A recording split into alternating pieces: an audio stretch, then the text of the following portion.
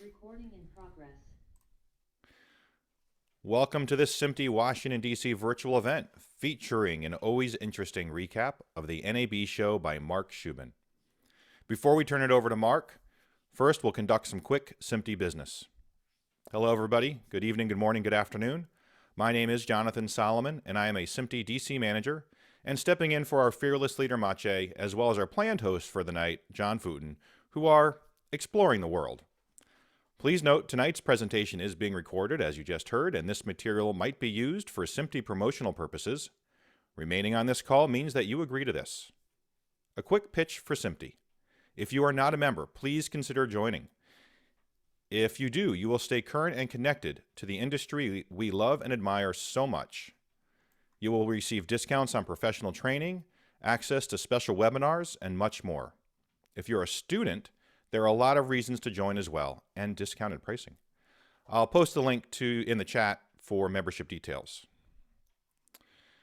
If you are, we are working on other events, but we're always looking for members to provide feedback for us as to what kind of topics you'd like us to discuss, including regular meetings and all-day events.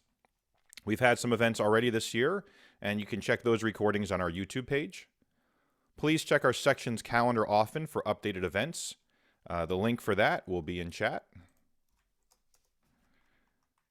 And my monitor just died. Oh, this always happens. I need to wing it because I can't see my screen anymore.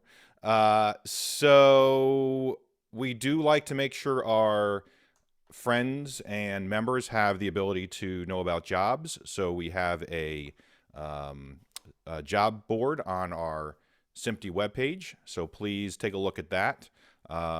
If you have any jobs available or are looking for a job, please feel free to use chat today or reach out to managers at SMPTEDC.org and we'll get the word out for you. So we may have some other folks from SMPTE and other industry societies on the call, so I'm going to take a quick pause to see if any of them have news or business to share. Feel free to unmute your mics and jump on real quick and share what you have. Hey, James, you might want to share what you put in the chat about the job opportunity at the NABCC, which is part of the Library of Congress. Hi, Rick. You beat me to it by about 2 seconds. So this is James Snyder. I'm the Senior Systems Administrator for the National Audiovisual Conservation Center of the Library of Congress in Culpeper, Virginia. We are hiring a video lab supervisor. If you would like to lead the video lab, which leads all of the videotape sourced moving image content that is in the Library of Congress's collection and helps out with all new items that are coming in as well. If you would like to join the Library of Congress and find out what it's like to work with our 7 million item collection and what it's like to work for one of the best media migration facilities on the planet, not to be hyperbolic at all, please go to the usajobs.gov link that I put in the chat, and you can find out about the specifics of the position and how to apply. And I would hope that anybody who might want to do our line of work and preserve content for the life of the Republic will consider taking a look at the job and maybe joining us. Thank you. Thank you, James. Anybody from other SMPTE chapters or SPE and have any updates or upcoming meetings they would like to share? We do have the date, July 14th for the ATSC 3, market number 1, New York send-off with WNET. So we do have the date and the time is 7 p.m. That's July 14th. With Skip Busy, and we're going to be doing both New York and DC, SPE and SMPTE at the same time. So it should be interesting. Fred? Anyone else? All right, nothing heard. So with that, I will hand it over to Rick Singer to introduce our guest speaker. Rick? Thanks, John. I think that some of you or most of you may have some knowledge or experience with Mark. Mark is arguably SMPTE's favorite edutainer. He's known for having visited more NABs than anyone else I've met or heard about. But more than that, he's watched the media, from chemical film through cloud-based since the late 70s, I believe. I first met Mark at the 1985 NAB show. And if you remember or seen pictures of what John Lennon looked like during his bed-in years, his long beard down to his chin, he was not exactly, well, let's say he didn't blend in. This is the 80s, era of wide lapels and flashy ties. And Mark was wearing a t-shirt made to look like a tuxedo. So he stood out. And he still does stand out because of his outstanding work. He's a SMPTE fellow. I posted a link in the chat to his bio. So I'd rather just turn it over to him than to go on and on. Mark can explain himself unapologetically, I'm sure. So Mark, it's all yours. Thank you, Rick.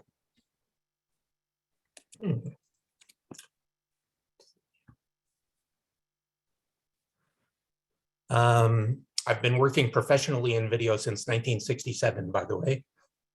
And Larry Thorpe, I think, has been to more NABs than I have, but now that he's retired, I may catch up on him. So I'm going to do a sort of philosophical look at NAB 2022. This is the era of democratization. Here's a full-page ad in the New York Times for a video switcher. This is not TV technology. This is the New York Times. It also appeared in, among other publications, National Geographic. And if you want more info, just surf the web. So do we even need an NAB show? Well, there was much joy, so it seems that people do want to gather at an in-person convention, despite the existence of the internet and media ads. It was about a little over half of attendance pre-audit and a little over half of exhibitors compared to 2019. But it's been 3 years and equipment is better than ever before and less expensive than ever before and easier to use than ever before. So our engineering department's still necessary. Well, ARI has a new division called ARI Solutions. You might not have thought of ARI as a company to call if you wanted a new studio built, but they will do that now. They will do the engineering for you. Here's other companies that had some shifts in what they do. Lavo, you may remember as a audio console manufacturer. Now they're a video signal processor. And same thing with Riedel. You may have known them as an intercom company, and now they're also doing video conversions. And DJI, which you may know as a drone company, is now in the wireless mic business. But oops, sorry, DJI wasn't at NAB this year. Avid is probably the biggest company that wasn't at NAB this year. And water coolers, for some reason, almost entirely weren't at NAB. There were a few on the exhibit floor, but there used to be one outside every meeting room. Again, it's been 3 years. So here's Fujinon's greatest zoom range box lens. And it is a terrific lens. But notice the date on the press release. It was introduced in 2020 when there was no NAB convention. So what is the NAB show product of the year? The winner of 2022. And it is all of these, plus all of these, plus all of these, plus all of these. And then today, 3 more winners.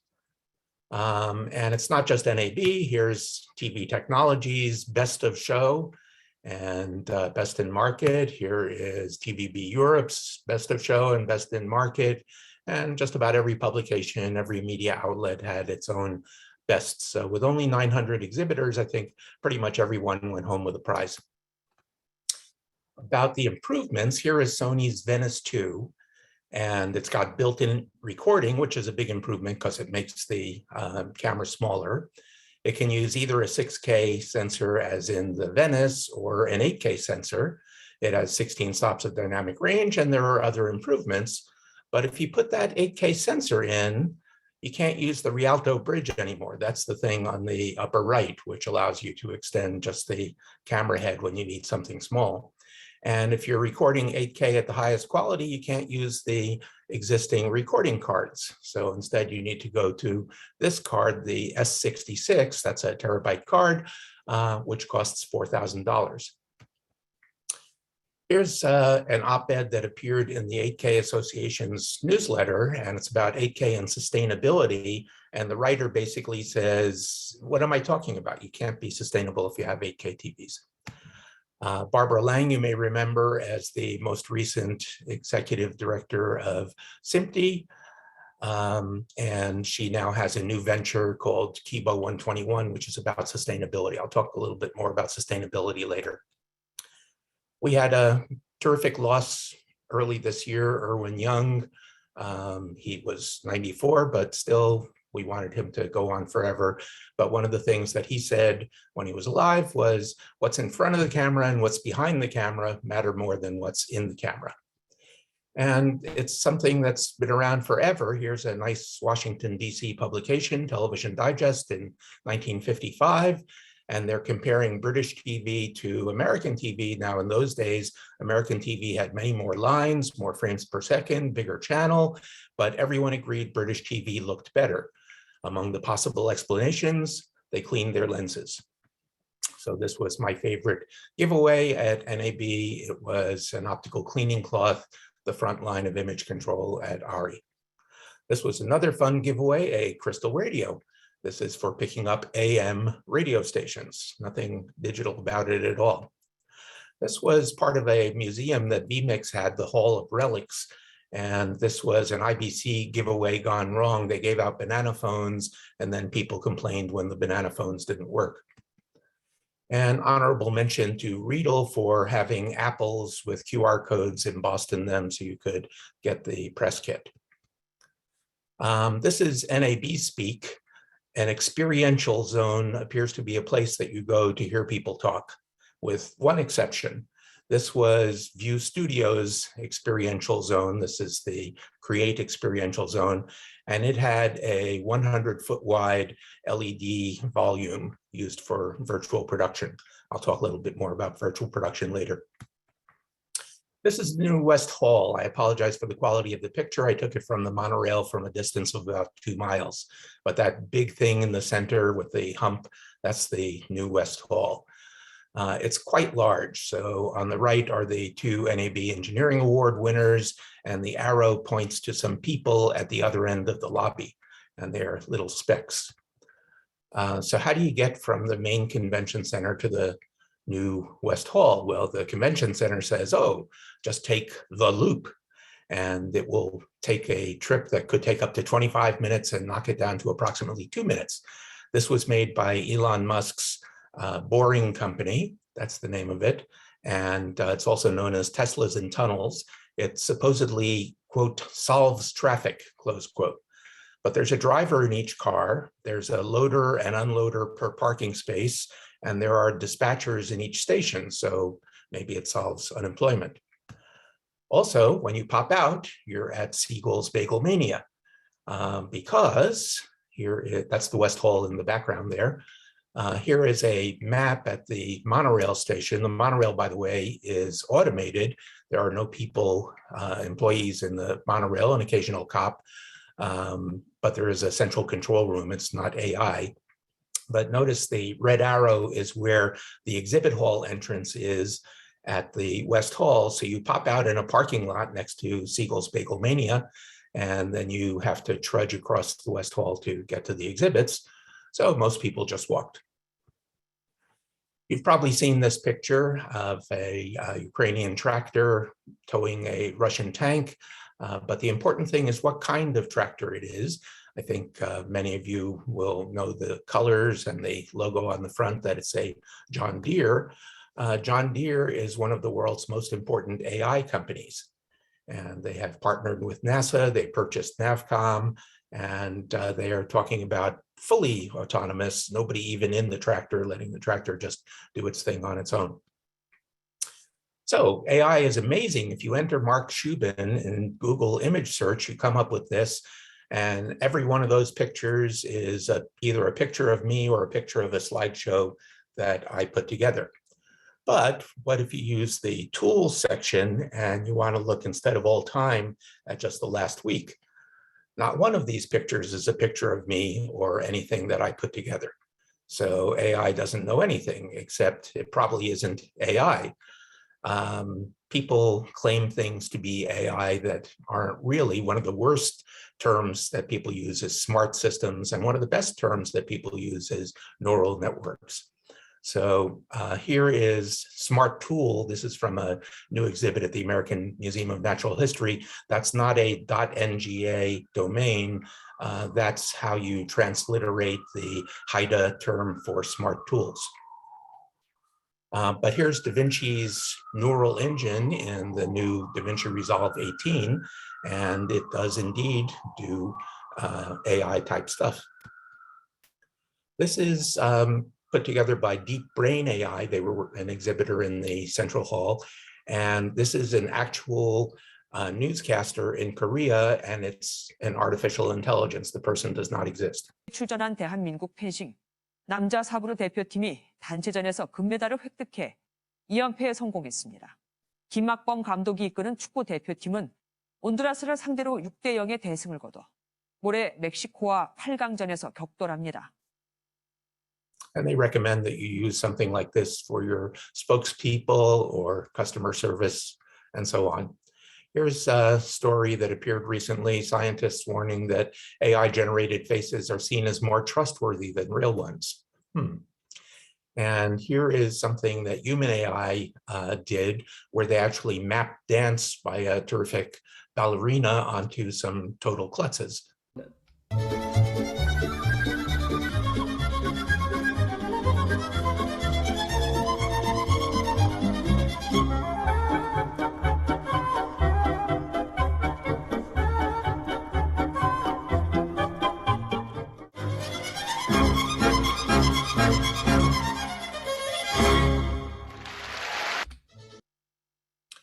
And some of you may know that there was a speech written for Richard Nixon to read in case the Apollo 11 takeoff from the moon did not work.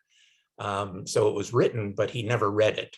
But here is a fake moon disaster read, and I recommend going to this site. You can learn an awful lot there.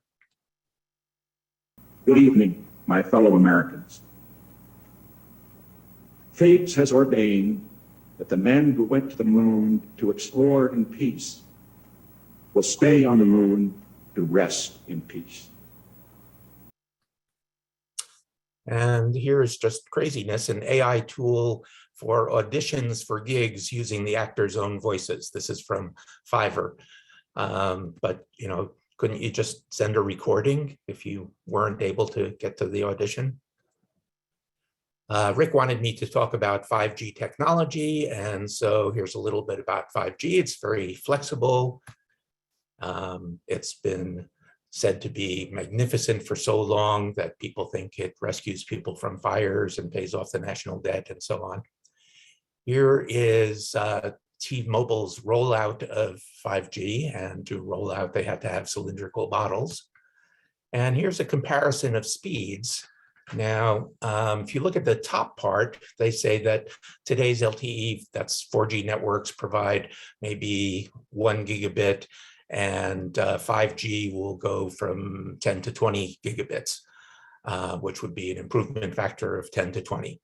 But then they say, on the other hand, you know, in real world networks, 4G is really delivering only about 50 to 80 megabits, and there's clearly a typo there. It's probably 100 to 200 megabits. So an improvement, but not an incredible game changer. And 6G is on the horizon, and at small distances, it can deliver a terabit per second. But it's a mobile network, so it's going to have quality that varies depending on how many people are doing things. And here's a brochure from Vidovation and AviWest about their bonded cellular stuff. And it's incredibly honest and says, look, you know, it's just not going to work every time, but you can probably save a lot of money by using it. Here is someone at CNET who tried both the Verizon and T-Mobile 5G home internet. And he says, oh, the first week it was magnificent, but in week 2, speeds and latency became so erratic that he had to switch away. Now, here's a drone, but I say ATSC 3.0. And why is that? Because this drone is from Korea. It's Hancom and MBS, and it's using ATSC 3.0 to improve the accuracy of GPS. Well, that's great, except if you've seen things like the Olympics where there were drone displays, you know that the drones already have tremendously improved accuracy. And here is a paper that was published about improving the accuracy of GPS by using broadcast signals. And notice that it appeared in 2005, and that they said, yes, they could use ATSC, but they could also use NTSC. This is the Futures Park, which seemed to be largely about ATSC 3.0. One of the things they were talking about is whether it can handle 8K video. So this is about a year before NAB, and they say you can do channel bonding. So you have multiple broadcasters transmitting the same 8K image, or you can use crossed polarization, assuming that the atmospheric conditions allow it. Or you can do enhancement via broadband. And that was one of the things at the press conference, that they would transmit the base layer on ATSC 3.0 and then enhance that to 8K via broadband. But if you're doing broadband, in 2016, people were able to get 8K over broadband. So why do you need the ATSC 3.0? Now, I have nothing against ATSC 3.0. In fact, I think it's a superb transmission system, possibly the best ever. It's very flexible in data versus robustness. It's IP native. And there's one other terrific thing about it that nobody ever talks about. The US transition, on the other hand, is not so great. They're not being given a second channel as they were for the first ATSC transition, no receiver requirement, no government paid adapters. So how terrific is the system? Here's somebody tuning into an ATSC channel while landing at SeaTac Airport. So this is probably starting out at pretty close to 200 miles an hour. It'll probably be about 140 miles an hour or something when it touches down. And there is not a single glitch in the picture. Everything is rock solid. So ATSC 3.0 is quite wonderful. But because there's no receiver requirement, here's Tom's guide, and they're saying, what are the best TVs with ATSC 3.0? And you notice the right arrow up at the top, and it looks like there are more TVs. No, those 5 are the only ones that he's got. But here's that thing that nobody talks about. This was a study that was made in Europe, and it's looking at the energy consumption of different methods of watching TV. And I recommend the full report, but here's the punchline. Just no fooling around. Digital terrestrial transmission beats the heck out of any form of streaming in terms of sustainability. So this is something people should be shouting to the rafters about ATSC 3.0, and they are not, unfortunately. That's what they should say, once again. Okay, streaming, nevertheless, there's a lot of it. Eclipsed cable and satellite TV viewing in the US. And so RTBF, which is the broadcaster in the French-speaking part of Belgium, wants to switch off its FM and DVB-T transmitters, saying, why bother? We'll just do everything over streaming. And I talk about the Super Bowl every year, and here's streaming has increased tremendously for the Super Bowl, number of minutes up, number of viewers up, and here is the total, however, and if you take NBC's numbers, it looks like streaming is now up to about 11% of the broadcast audience. And there's some slightly different numbers at the link at the bottom there. BBC Three, which was a youth-oriented channel, they said, oh, you know, why should we broadcast that? So they shut it down in February of 2016. and the reach of programming that it had fallen by 70%. And so it returned to the air on February 1st of this year. And here is booth Alteon, and they're saying you should mint NFTs. Well, what does the B of NAB stand for? Is it blockchain or something else? Samsung at CES said, oh, we're promising groundbreaking new TV feature, NFT support, so you can look at NFT's blockchain history from the comfort of your couch. But a lot of people are saying that NFTs use up an inordinate amount of energy. Here's one person saying selling an NFT is about as much energy as a European Union resident's electricity consumption for 1.5 months. Here's the New York Times on that. I need to point out that Michelle Munson of Alluvio, who is an expert on this, disagrees, but whether it's true or not, there's a perception. And so Wikipedia doesn't want crypto donations anymore because there's a perception that they are destroying the planet. And here's Lacey Mosley, who is the host of the Scam Goddess podcast.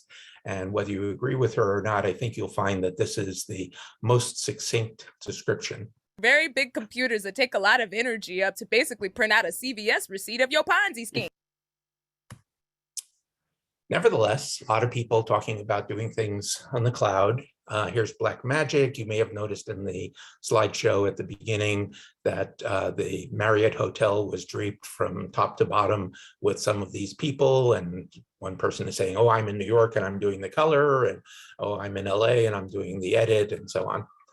And here's Atomos, and they've gotten into cloud also. They are doing camera to cloud using the Frame.io system. Unfortunately, the Shogun Connect, which goes to the cloud, allows only one camera, whereas the previous Shogun 7 allowed 4 cameras to be recorded simultaneously. And here's Cortex, and they say they are offering just-in-time cloud streaming. Well, we know of some of the problems with just-in-time supply chain for the physical items. Here's Sports Video Group on Sunday, and they're talking about different booths, and people are saying, oh, you know, we've got this product, and they get the everts, and everts is basically saying, we can deliver. Then there was an outage on December 7th, a date that will live in infamy, of Amazon Web Service, and Disney Plus went down. Disney theme parks had problems. Here's a classical radio station in New York saying, oh, we're sorry you can't get us on the web. Why don't you try listening on the radio? But I don't mean to blame Amazon. Amazon actually came out better than any of the other majors in this one. They had only 4 major outages in 2021. And Azure had 8, I think, and Google had 5. And it's not just them. Larry Ellison was bragging after an AWS outage that Oracle's cloud never goes down. Well, sorry, but it went down several times in 2021 as well. And yet, Video Call Center said, oh, you know, we can do stuff. Well, how do you do that? Do you wait until the outage is over? Do you do hybrid? Do you do multi-cloud? Here's a analyst at Forrester Research, and he says, multi-cloud is hard, but single cloud failures make it necessary for enterprises. Here is Packet Fabric's multi-cloud router. Here is VMware, which is just announced today, I think, being bought by Broadcom for $61 billion. Neither of those was at NAB. So the title of my NAB wrap up for New York was what I didn't see at the 2022 NAB show. Sky TV was so named because its signals came from a satellite like DirecTV or EchoStar. But now they have completely weaned themselves off of satellite. Meanwhile, we're moving from satellites in the geostationary orbit to satellites in low Earth orbit. And here's a story about a solar storm destroying 4 new SpaceX satellites, but it's not that big a deal because they've already launched more than 2,500, and they're going to have more than 4,400 in generation 1. In generation 2, they want about 30,000, but there's another 38,000 that have been applied for at the FCC by various other companies. But besides them, Here is a Canadian startup called Kepler, and they want to have 115,000 satellites in low Earth orbit. Here's a report from Northern Sky Research, and they say that the Starlink break-even price per usable megabit per second per month should be $33, which means that they're probably selling for less than it's costing them at the moment. But Kepler wants 115,000. Rwanda Space Agency wants another 327,000. So there's about 500,000 satellites that are being planned to go into low Earth orbit. And we've already got debris. And in 2016, a piece of debris cracked a window on the International Space Station. So is this a SAG safety issue now that an actor has gone to the space station for shooting a movie? So these are the fields of motion imaging: acquisition, storage, processing. I've already talked about AI, delivery. I've pretty much beaten that to death with 5G, ATSC, the cloud, and satellites, and presentation. So let's look at what I didn't talk about yet. This is something that was discussed at NAB in 2013, and it's called a GigaJot camera and has a quanta image sensor, and it can count photons and has 41 megapixels and a read noise of only 0.35 electrons. So an amazing camera, not intended for entertainment use, but I ran into someone at NAB who said, I think I can make an entertainment camera with that sensor. Canon had a SPAD image sensor, that single photon avalanche diode.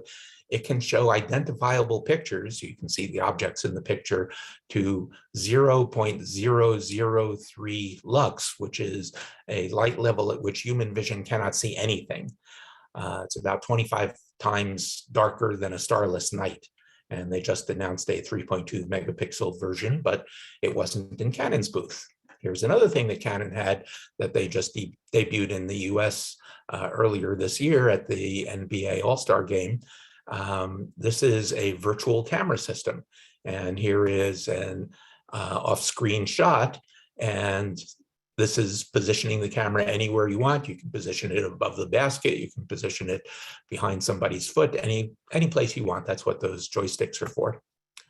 But this was at the Futures Park, or whatever it was called back in 2012, the European Project Fine system. This was at Barcelona Football Club Stadium with just 6 cameras. Notice there is no overhead camera, and yet it's figuring out the 3D space and presenting in overhead view. And if you go to that link, you'll get better pictures than the ones I'm showing here. There's another Canon thing, AMLOS, or Activate My Line of Sight.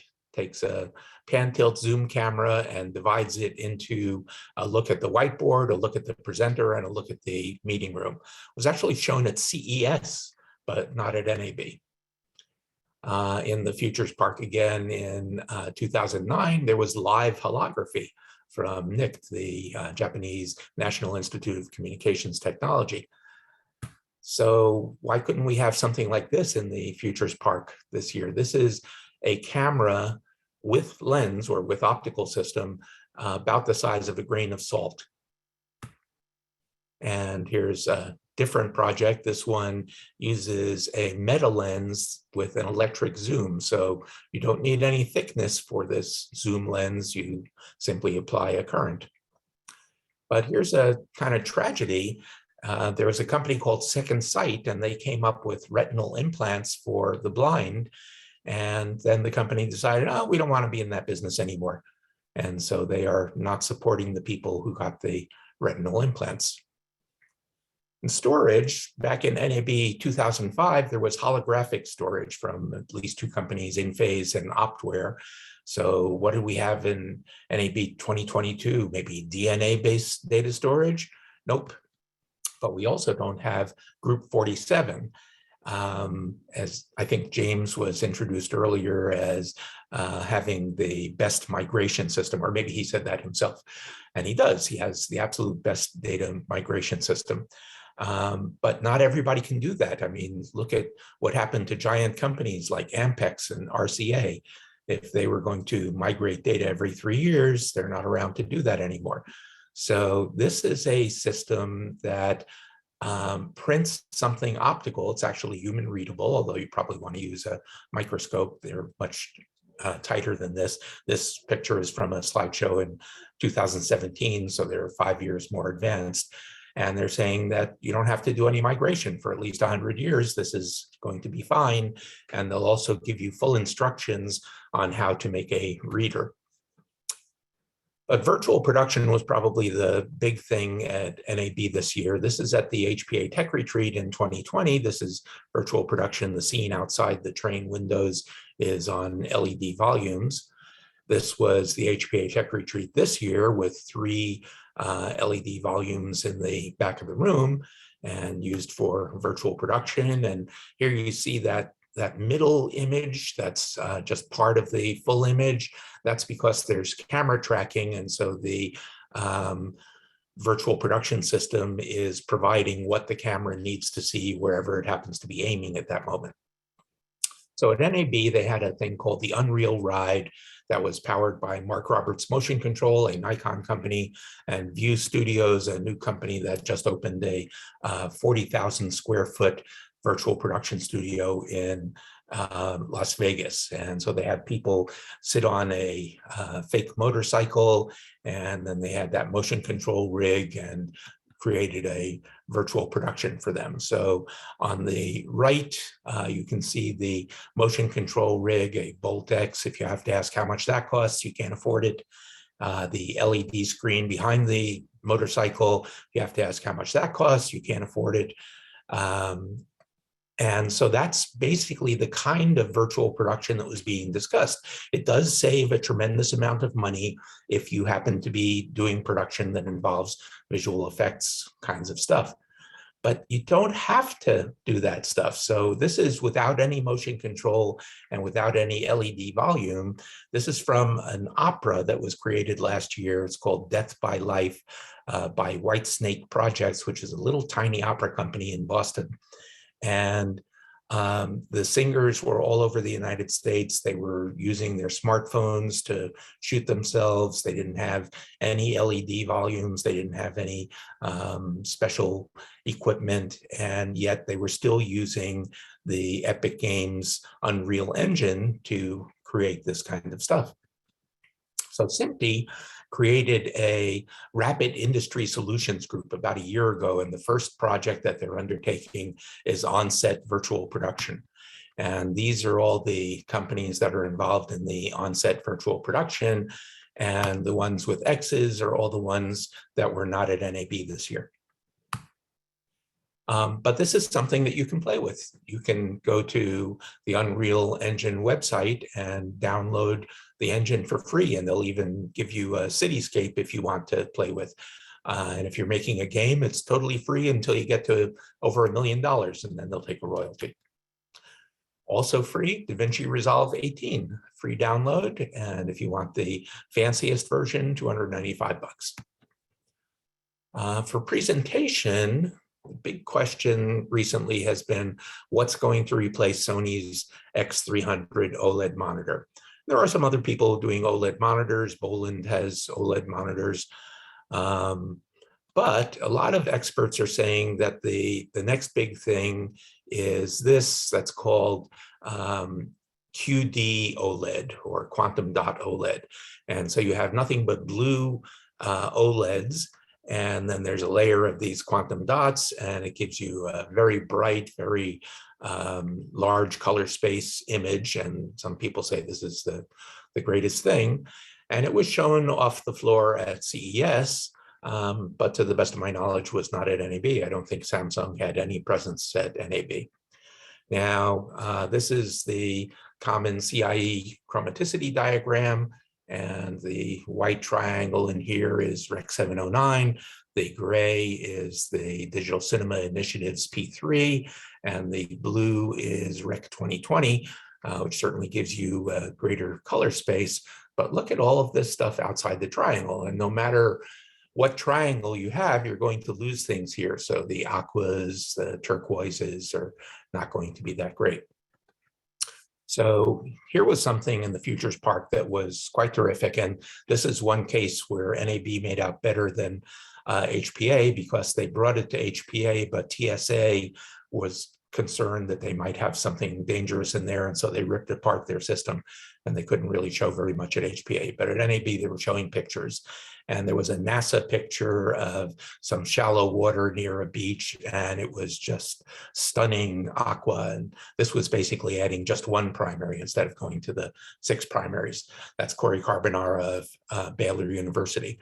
So I wish them absolutely the best. I think it's a terrific thing, but it's not exactly a new idea. Genoa Color Technologies was talking about going to 6 primary displays. They were founded in 2000. This photo was shot in 2006, and they were acquired by Samsung in 2007, the Samsung that wasn't at NAB. Micro LEDs, this is a, I believe, 110-inch display, absolutely spectacular. The pixel pitch is 0.6 millimeters, which means you have to walk up about as close as you would to your home TV to be able to make out pixels. So really quite wonderful. Another thing that if you have to ask how much it costs, you probably can't afford it. And let's not forget sound. Here's something from MIT News, and they're talking about having a paper-thin loudspeaker. Wouldn't it be nice to have something like that at the Futures Park? This is something that probably won't become a product anytime soon. Someone in Japan invented a tasteable TV that imitates food flavors, and it's supposed to be quite hygienic because a film moves as each person tries to taste it. So that one, okay, we didn't have to have that in the Futures Park. And with that, I will be happy to take any questions, and a PDF of these slides is already available at bit.ly/SMPTE DC 22.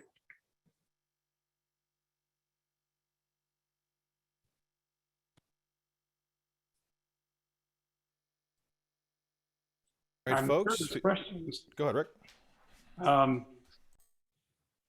Let's see, who's got something to pop in here? I'm looking at the chat, and why are we not getting any questions? There's got to be, you got a lot of answers, but those will elicit a lot of questions, I would think. Well, there are some questions here. How prominent was sustainability at NAB versus previous years? There was nothing any previous year. So whatever there was this year was something. But there wasn't much this year either. Barbara was walking around, but she didn't have a booth. Let's see.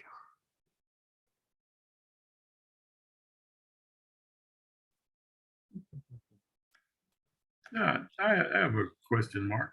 Sure. You mentioned about the possibility that there would be no need for engineering departments anymore. Which, you know, a lot of places that I'm contracting with, they're moving a lot of that to IT. Did you see any discussions about that and how that's transforming or transferring or evolving or whatever? Yeah. IT is not the same culture as TV. And maybe they can be trained to have the same culture. They use the same computers, they use the same Ethernet and so on. But the idea that you have to stay on the air and that the on-air program takes priority over everything else, I don't think they have that in their bones. So I don't think moving things to the IT department is such a great idea. Agreed.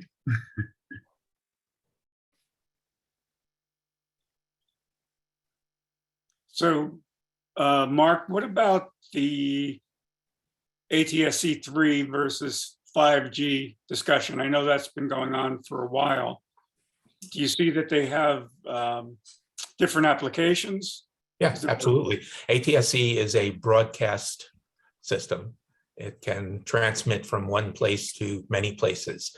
And people pretend that because it's IP-based, that means it's like the internet, but it isn't, because there is no return channel. And so when you put in something to get a return channel, you're putting in something that could also deliver things. 5G works in both directions. ATSC does not. But both of them have the problem that they're very flexible. And so you can go for tremendous robustness, in which case you're not transmitting very much data, or you can go for tremendous data, in which case you're not being very robust. And what people tend to do is pick that high data thing for an experiment and then say, oh, look what this can do, and pretend that that's something that's going to be the everyday use of it. So I like them both. I especially like ATSC3. I think it's a magnificent transmission system, but it's a broadcast transmission system. It's not a two-way transmission system.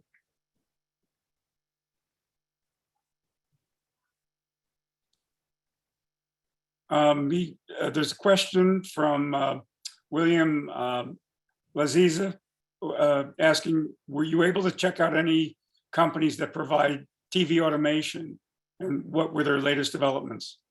I didn't, I'm sorry. I got one, Mark, for you. Since you mentioned the water coolers up by the where all the training and stuff happens, did you attend some of the the engineering conferences, and were there any ones that stood out in your mind? No, I had very little time. I had only 2 days at NAB, so I was basically on the show floor with a couple of meeting rooms. David Salek is asking, what's the ATSC3 feature you love and that you hid behind the yellow bar? It's sustainability. It's incredibly sustainable compared with all other forms of delivery over IP technology. So vastly superior to OTT, vastly superior to managed IPTV, and that should be shouted from the rafters because it's a tremendous advantage that ATSC3 has, and I haven't heard anyone say anything about it. What about the problem that a large percentage of viewers, particularly in urban areas, don't have line of sight and aren't able to pick up OTA? I don't think you particularly need line of sight, especially not with ATSC 3.0. You can have multipath that actually enhances the signal. So I don't think that's an issue. The big issue is they don't have receivers. That's a very big issue.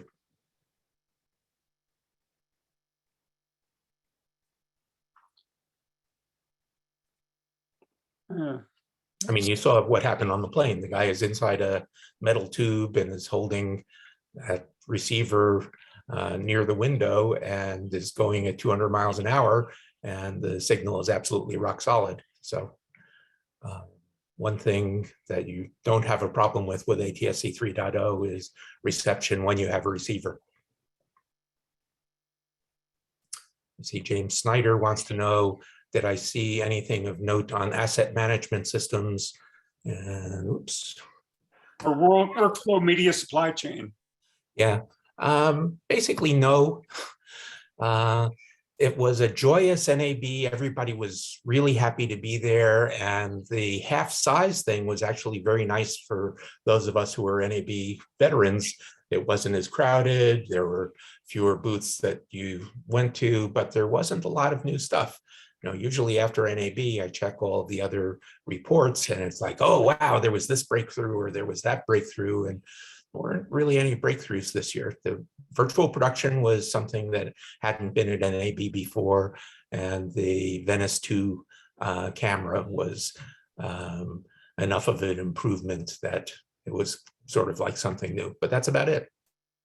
And even as I say, you know, the Canon free viewpoint system, which is being used, it's in 2 arenas in the United States and in a volumetric studio in Kawasaki, Japan. They didn't have it. Did you see anything in particular that is built to do remote production, you know, remote control rooms, much like the Democratic Convention? last summer, two summers ago. It was very interesting to see how the what's his name, Ricky Kirshner, who runs the Oscars at the Academy Award shows, and they did a convention where the director was working out of his living room with several monitors, sitting in his pajamas. So I'd imagine we're going to see more of that. Yeah, and in the full-blown virtual production systems that have the motion control cameras, the director can be anywhere, and the cinematographer even can be anywhere as long as there's a good technician in the studio. But this is not something that I see as some new development. NBC has been doing this in Olympic Games for, I don't know, probably 12 years now, maybe more than that. So remote production is a fairly mature technology. But remote production in facilities that are built for it, as opposed to doing it at home, where the director and the TD and so forth live. Yeah. And getting comms over IP. Yeah, some years ago, I talked about Sinclair, which was doing local news in various markets and was controlling it all from a central location. They even had a name for it. I think it was called central casting. There's a couple more questions in chat. William asks, do you think that the Tesla transport system can be changed into an amusement park ride? Oh, I didn't think that was a serious question. Well, But maybe it is. I think the idea is to replace the Tesla cars with some kind of shuttle bus things that are maybe seat 18 people or something like that. And then because it's such a controlled and short distance, it shouldn't be that hard to make it autonomous, but it isn't at this point. It's the most labor-intensive thing around. It's fun, you know, somebody open the door for you to get into the Tesla and take you to the other side, and there you are at Siegel's Bagel Mania. Which, by the way, does have good bagels. I did grab lunch there one day. Why isn't the ATSC committee aligning with various sustainability initiatives in M&E already underway? That's an excellent question for which I do not have any answer. You know, I wish that they would even just say we are the most sustainable delivery mechanism. It would get people thinking about sustainability, and it would get kudos for ATSC. So it seems a win-win situation, but nobody is doing it. Instead, they do these crazy things like say, oh, we can improve the GPS accuracy by transmitting the signal for the drone.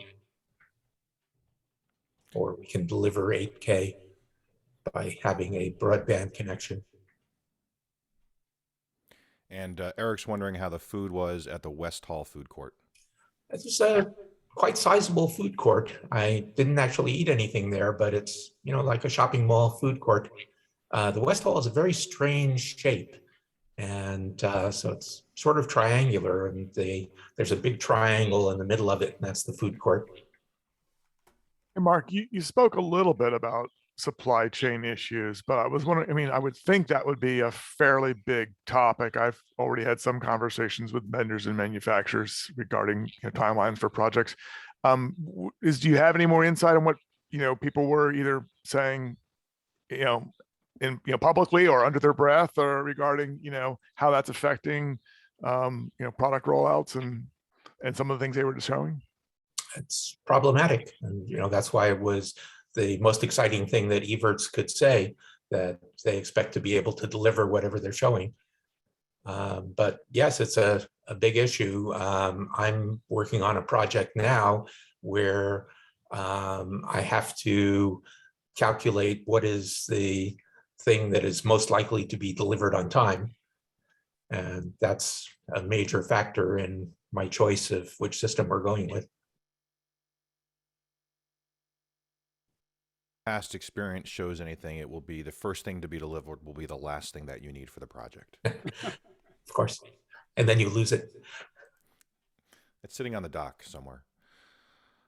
Well, we are miraculously wrapping this up at 8 o'clock.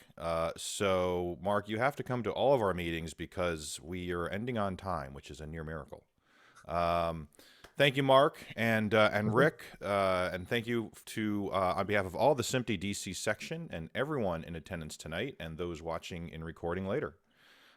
Mark, I actually really found the everyone went home with the prize comment to be very interesting, as I have coached children's sports teams where everyone goes home with a prize. Everyone's a winner.